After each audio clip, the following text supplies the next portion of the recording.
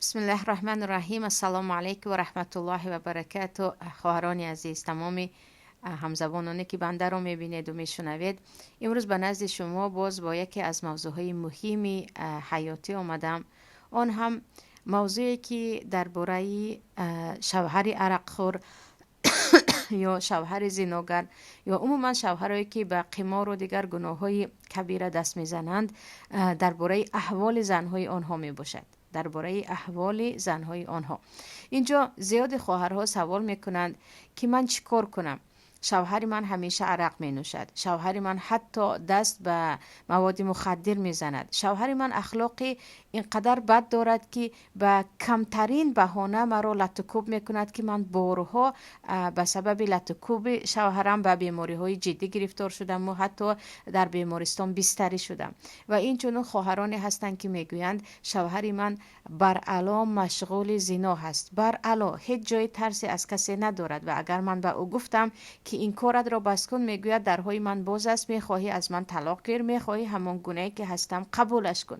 پس ما چی کار کنیم؟ چگونه با این گونه شوهر ما زندگی کنیم؟ پیش از همه خواهرانی که دیده و دانسته با یک مرد عرقخور ازدواج میکنند، یا پدرانی که دیده و دانسته با یک مرد زیناگری بد اخلاق دختر خود را میدهند، یا خواهرانی که نه من الکی 25 ساله 26 ساله شدم، یا نه الکی من 30 ساله شدم، هر کی باشد هر چی باشد باید من ازدواج کنم، گویان با یک نفری بیماری که دیگر بدون مواد مخدر زندگی کردن نمیتواند یا بدون گناه های دیگر زندگی کردن نمیتواند با او ازدواج میکنند. به جز خودتان کسی را ملامت نکنید، به جز خودتان کسی را ملامت نکنید، برای آنکه خودتان هستید که راضی شدید با این گونه مرد ازدواج کنید. یعنی اینجا یک بیماری هست یا میگویم یک درد جامعه هست. کمی دخترک بزرگ شد، از 23 24 اگر سینش بالا شد، به هر خری که نزد خانه خواستگار می آید به او دختر خود را می دهند. دخترکی بیچاره با خود نمازخوان است، صدردار است، اهل اصلاح و اهل تقوا هست، با یک مرد تماما از دین بیخبر و بد اخلاق ازدواج میکند. سبب چی است؟ نه سن سال من رفته است، همسنفان من ازدواج کردن، من باید ازدواج کنم. بعد از این میبینید که احوال این بیچاره چی میشود. بعد از این میبینید که کمی نگذشته یا گمان خودکشی یا گمان گریخته رفتن یا عموما زندگیش به زهر مار تبدیل میشود. انا اینجاست که در ما حدیث در ابو داود است، پیامبر صلی الله علیه و سلم میگویند وقتی به نزد دختر شما خواستگار آمد که ترضون دینه و خلقه، شما دین او را پسند کردید و اخلاق او را، یعنی هم دیندار است هم خوش اخلاق است، اخلاق خوب دارد. برای آنکه بعضا می شود که یک انسان شکلش دیندار است اما خیلی بد اخلاق است، چون دین فقط در ظاهر او هست، در قلب او هیچ اثری ندارد. برای همین پیامبر صلی الله علیه و سلم میگن وقتی مرد آمد که شما دین او را و اخلاق او را پسند کردید، برایتان خیلی و خیلی اخلاق او و دین او پسند آمد، دختر خود را به او دهید. می توانید دختر خود را، خواهر خود را به او دهید. ببینید، پس در ما مسئله اساسی در مسئله ازدواج دین و اخلاق است.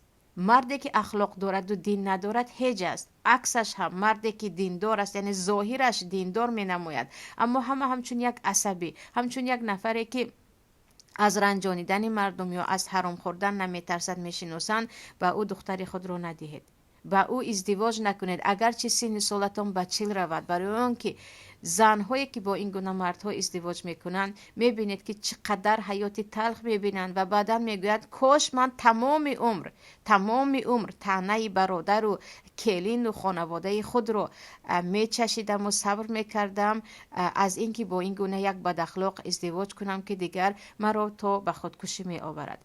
پس مسئله هست که اینجا زیاد خواهران حدیثی که پیامبر صلی الله علیه و سلم میگویند ایوم امرأة طلبت من زوجها طلاقا من غیر بأس حرمت علیه رائحة الجنه، هر زنی که از شوهرش طلب طلاق میکند بدون هیچ سبب یا با سبب های کوچک گوییم، اگر ترجمه یا گفتیم معنی خوبتر شود، برای او حتی بوی جنت حرام است. یعنی این حدیث رو گرفته که گویا که طلبی طلاق کردی بوی جنت حرام است، فقط به گوش زیادی ها رسیده است.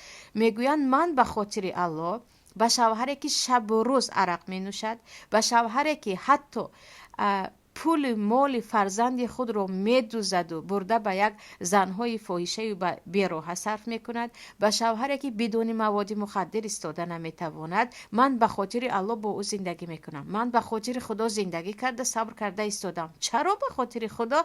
میگویند اینجا طلب طلاق گناه است. خواهر عزیز من، طلب طلاق زمانی گناه است که بدون هیچ سبب به خاطر یک جنگ و جنجال های کوچک اویلوی مرا سرده طلاقم را ده میگویی. انا این گونه زنها که در حقیقت زیاد هستند و دربارهشون ان شاء الله صحبت میکنیم، موافق این حدیث پیامبر صلی الله علیه و سلم حتی بوی جنت را نمیبینند. جنت کجا استاد؟ زنی که به هر یک سبب های کوچک، با یک جنجال های اویلوی که در همه خانه ها هست، به هر یک کمبودی های شوهر که در همه مردها تقریبا دیده می شود، میگوید طلاق مرا ده، با مادرت جنگ کردم طلاق مرا ده، خواهرت مرا چنین گفته طلاق مرا ده، به من کرته نخریدی طلاق مرا ده. انا این گونه زنها بوی جنت رو نمیبینند.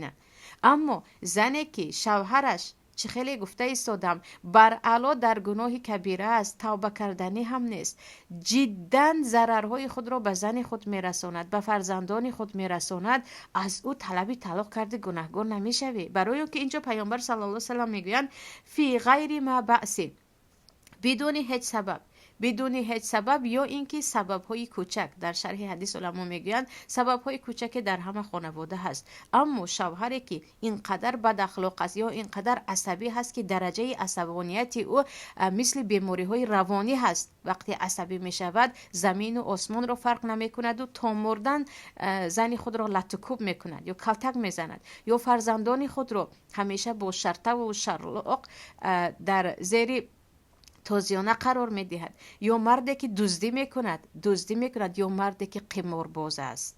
وای بر حال خواهرانی که سطر دارید با شوهر قمارباز زندگی میکنید. تمامی کنکورس گفته امروز برآوردگی ها، تمامی بلیت فروش هایی که شما بلیت میخرید بعدن یک نفر یا 10 نفر ماشین میگیرند یا اینکه خانه میگیرند، اینها همان قمار حرام است که الله میگوید انما الخمر والمیسر والانساب والازلام رجس من عمل الشیطان. عرق نوشیدن، تمام نمودهای بت پرستی، تمام نمودی فالبینی، تمام نمودی عرق نوشی و این چنین قمارها پلیدی های شیطان است. فاجتنبوه، از اینها دور باشید، از اینها دور باشید تا اینکه رستگار باشید. یعنی با مردی که مشغول قمار است و توبه کردنی نیست، به خاطر الله با او زندگی میکنم نگو. تو به خاطر الله نه، به خاطر خود زندگی داری. بعضی خواهرها میگویند چی کار کنم، من 4 فرزند دارم یا الکی 3 فرزند دارم، من به خاطر فرزندها زندگی میکنم که بی پدر بزرگ نشوم. خواهران عزیزم، پدری که عموما پروای فرزند ندارد، پدری که مال فرزند رو میدزدد، پدری که در نزد فرزندها زنی خود رو یا مادر فرزندان رو لطکوب میکند، دشنام میکند، تهمت به زنا میکند، عموما کلی مصیبتی که یک دشمن حتی بالای یک نفر نمی آورد، این گونه پدری که می آورد او چگونه میتواند پدری کند؟ این اصلا لایق پدر نیست. با از این گونه با پدرهای عرق نوش و زناگری بر علاوه و دیگر مواد مخدر استعمال میکرده و قمارباز یا اینکه عموما با دیگر گناه های کبیره مشغول می شده، با پدر بزرگ شدن بهترش به پدر فرزند بزرگ شود، وگرنه اخلاق پدر خواه و ناخواه به فرزند تاثیر میکند. آره هستند بعضی کودکانی که در رحمت پروردگار هستند که با وجودی بد اخلاقی پدر باز هم فرزندی نکوکار بزرگ میشوند، اما خیلی کم هستند. اکثریت فرزندها از پی پدر میروند، چیزی که پدر کرد برایشان عادی می نماید، دیگر آنها جای ترس ندارند. پدرم این گونه بود و زندگی کرد، ما نمردیم، فرزند من هم نمیمیرد. همین گونه شعار دارند. برای همین به خاطر کسی که هر زنی که میگوید من به خاطر خدا با شوهر گناهگار، شوهری که حتی شوهری که زنا رو حلال میداند، عرق خوری رو حلال میداند، مواد مخدر رو حلال میداند، این گونه شوهرها از روی شریعت مسلمان نیست. کسی که بر علا اون چیزی که الله حرام میکند و حلال میگوید او مسلمان نیست. با این گونه شوهر چگونه به خاطر خدا زندگی میکنی؟ کسی که دشمن خدا هست، کسی که دشمن خدا هست. به خاطر خدا به شوهر زندگی میکنیم که کم بغل است، اما از اینکه از دستش مثلا مثل دیگر مردها کار نمی آید، یا به سبب شرایط یا به سبب بیماری یا به سبب های خاص دیگر. به خاطر الله صبر میکنیم که انسانی با اخلاق است، خدا ترس است، اما دستش کم است، یعنی کم بغل است. یا یک مردی که بیمار است، از الله میترسد اما بیماری دارد، میگویم به خاطر الله بیمار باشد هم زندگی میکنم. یا اینکه مرد خوب است اما بعضا عصبانی میشود و از حد میگذرد، که این گونه عصبانیت در زیاد مردها هست. میگویم به خاطر الله چون اخلاق های خوب زیادی دیگر دارد من صبر میکنم. اینجا البته اجر میگیرید، اما به خاطر الله به مردی که کلی حیاتش گناه است، کلی حیاتش اذیت زن و فرزند است، مردی که عموما از خدا نمیترسد و حتی خواهرهایی که میگویند اگر من درباره خدا گپ زدم بعضیش حقارت میکند، بعضیش حقارت میکند که تو کی هستی، تو این هستی، تو اون هستی، یعنی دین الله را حتی حقارت میکنند. با این گونه مردها زندگی کردن گناه است، به خاطر الله نباید صبر کرد. عکس، یعنی با این گونه مردها نباید به خاطر الله صبر کرد. اما پس چی کار کنیم؟ هر مردی که عرق نوش است از او طلب طلاق کنیم، هر مردی که زناگر است از او طلب طلاق کنیم. عزیزان اینجا ما دو نمود انسان ها داریم در مسئله مرتکب گناه. انسان های هستند که گناه میکنند و پشیمانند، میگویند چیکار کنم که من از همین گناه دست کشم. گناه میکنند اما از گفت آنها، یعنی از لحن سخن آنها، از رفتار آنها، از چشمانی پر از غم و اندوه آنها، از چهرهشان که ملامت خودی دیده می شود، یعنی خود رو همیشه مذمت و ملامت می کنند، شما می فهمید که این انسان پشیمان است از اینکه به نفس خود زور آمده نمی تواند یا بالای شیطان نمی تواند غالب آید، این دست به گناه می زند.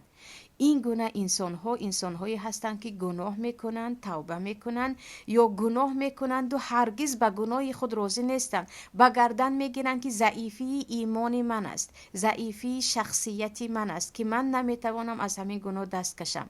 البته هرگز از این انسان‌ها طلاق نگیرید و نگوید که من با تو زندگی نمیکنم، برای اون که این انسان از انسان‌هایی هست که او به زودی توبه میکند، یا اینکه الکی توبه کردگی هست اما چون ایمان ضعیف دارد شاید دوباره به گناه برگردد. یعنی این گونه مردها، این گونه زنها هم هستند. برای همین حتی در صفت انسان‌های تقوادار الله میگوید والذین اذا فعلوا فاحشة او ظلموا انفسهم ذکروا الله فاستغفروا لذنوبهم.